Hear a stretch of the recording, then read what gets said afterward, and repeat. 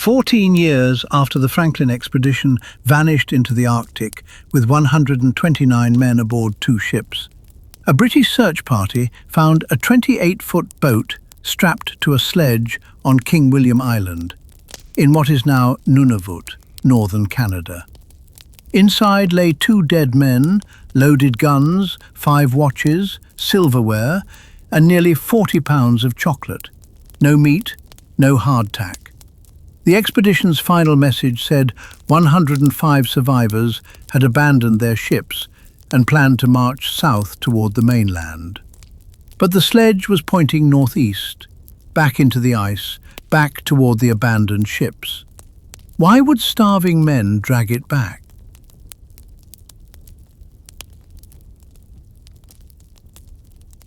Welcome, friend, to JL's History's Mysteries. Sit by our fire and let us share a story. Before the dead men, before the boat, before the tracks that led in the wrong direction, there were 2 black ships on the River Thames outside London. It was May 1845. Britain had spent generations trying to find a sea route through the islands of the Canadian Arctic. On a map, the missing Northwest Passage was a small gap between the Atlantic and Pacific. In reality, it was a maze of narrow channels where moving ice could crush a wooden ship or hold it still for years. The Royal Navy believed it was ready. HMS Erebus and HMS Terror had thick hulls and years of experience in Antarctic ice. For this voyage, they carried steam engines, screw propellers, heated cabins, scientific instruments, libraries, and enough provisions to reach the summer of 1848. Sir John Franklin was 59 years old. This was meant to be the voyage that finished the passage and crowned his career. Francis Crozier commanded Terror and stood second in the expedition. Crozier knew polar ice. He knew the sound of a hull under pressure and how quickly a long winter could turn against a crew. James Fitzjames captained Erebus under Franklin. He was energetic, well-liked, and trusted with much of the writing. In the end, his handwriting would carry almost everything the expedition left behind. 134 men sailed from Greenhithe on May 19th. 5 were sent home from Greenland. The remaining 129 crossed Baffin Bay between Greenland and northern Canada, aboard 2 ships built to survive the worst Britain thought the Arctic could do. In the last days of July, Franklin spoke with Captain Martin of the whaler Enterprise. Franklin said he had food for 5 years and could stretch it to 7. Then the whalers watched Erebus and Terror sail west into the ice. They were the last outsiders to see the Franklin expedition alive. The first winter left 3 graves. Franklin's men built a camp at Beechey Island, far north in what is now Nunavut. They raised a forge, stacked hundreds of empty food tins, and buried John Torrington, John Hartnell, and William Brain beneath wooden headboards. 3 men were dead before the expedition had even reached the unknown part of its route. When searchers found the camp 5 years later, the ships were gone. The graves were still there. So were the tins and the ashes of the forge. No letter had been left behind. Erebus and Terror moved south through Peel Sound in the Canadian Arctic during the summer of 1846. On September 12th, the ice closed around them off King William Island. It did not release them. The ships spent the winter fixed in place. In May 1847, a sledge party deposited a pre-printed Admiralty form in a cairn. Fitzjames wrote that the expedition had wintered at Beechey Island, that Franklin remained in command, and that everything was fine. He underlined the last 2 words, "All well." 11 months later, the same sheet told a different story. Franklin had died on June 11th, 1847. Crozier now commanded the expedition. The ships had remained trapped through a second winter. 9 officers and 15 men were dead. With provisions running toward their limit and no open water in sight, the remaining 105 men left Erebus and Terror on April 22, 1848. 3 days later, Fitzjames wrote the losses around the margins of the old message. Then Crozier added one final line in his own hand. "And start on tomorrow 26th for Back's Fish River." The plan was to march south toward Back's Fish River, now called the Back River, on the Canadian mainland. It was a desperate journey toward whatever help they could reach beyond the ice. After that sentence, the expedition falls silent. Crozier told us where he meant to go. He never got the chance to tell us what happened after he left the ships. When the expedition failed to return, ships came looking from both sides of the continent. They found the Beachy graves in 1850, but the trail ended at 3 wooden headboards and an empty shore. Lady Jane Franklin pushed governments, newspapers, and anyone with a ship to keep searching. The next part of the story came from people who had never needed a British chart to live in that country. In 1854, Hudson's Bay Company explorer John Rae met Inuit near Pelly Bay in what is now Nunavut. They carried Franklin's silver, a gold watch case, and other relics. They told of about 40 white men dragging a boat south. The men were thin. Farther south, near the Back River on the Canadian mainland, bodies had been found. Some were buried, others lay in tents or beneath an overturned boat. The last part of their story was the hardest to hear. Some of the starving men had eaten the dead. Britain accepted the silver and rejected the people who explained where it came from. Charles Dickens called the Inuit liars and suggested that they might have murdered the survivors. Rae fought back. The argument became louder than the missing men. Lady Franklin refused to let the search die. In 1857, after the Admiralty gave up, she bought a small steam yacht named Fox and placed it under Captain Francis McClintock. Even that search nearly vanished. Fox froze into Baffin Bay and drifted with the pack for 242 days before the ice released her. In the spring of 1859, McClintock divided the search. He led one sledge team down King William Island. His lieutenant, William Hobson, led another. On the island's northwest coast, Hobson found the Victory Point note. At last, they knew that Franklin had died.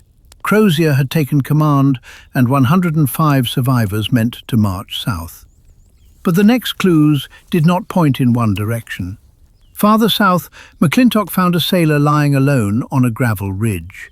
A pocketbook beside him contained letters written backward, one character at a time. Among the damaged phrases were, "The Terror camp clear," and "O death, where is thy sting?" While McClintock searched the southern coast, Hobson's team found the boat from the beginning of our story. McClintock reached it on May 30th and wrote down what he saw. It held 2 men and enough personal property for a much larger group.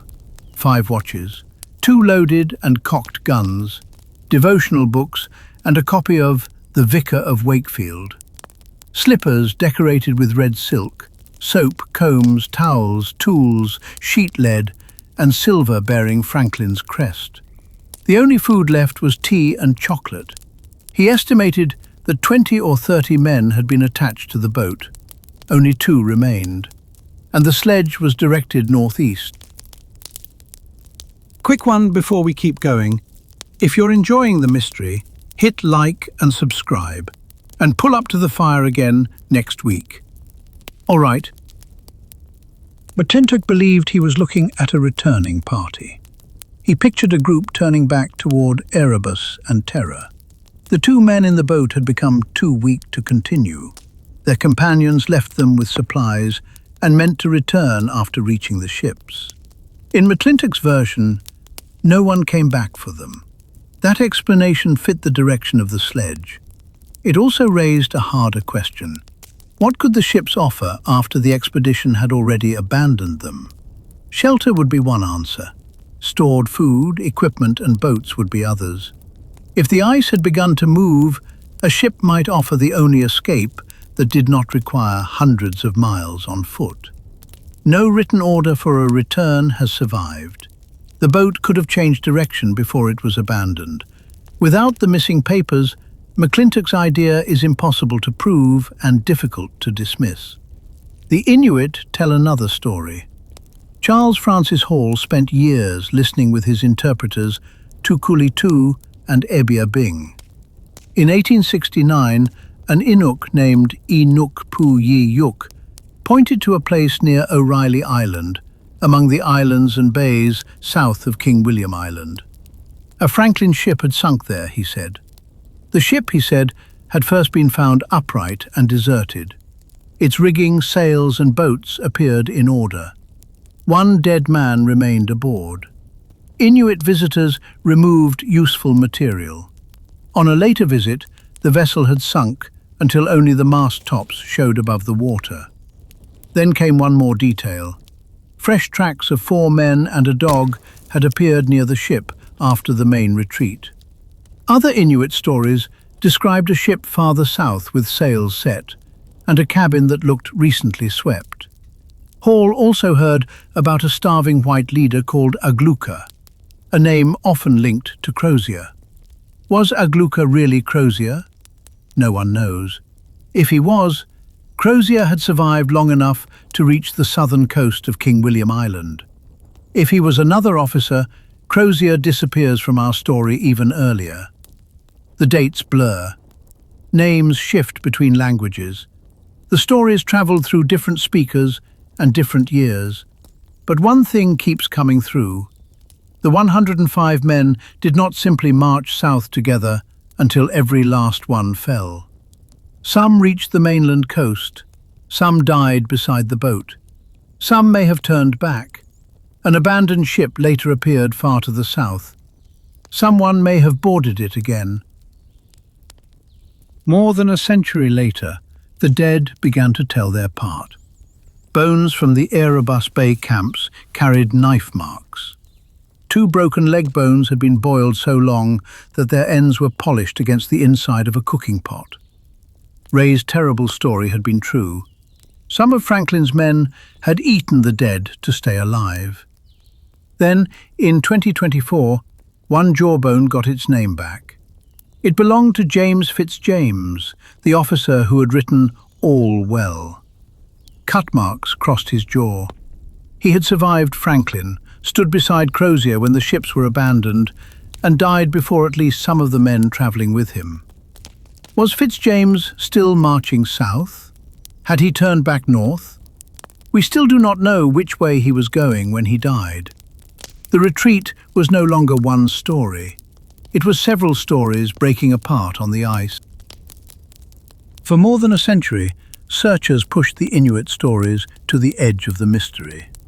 Louis Kamukak of Joa Haven, a community on King William Island in modern Nunavut, treated them as a map. Kamukak spent more than 30 years matching the stories of elders to the old journals.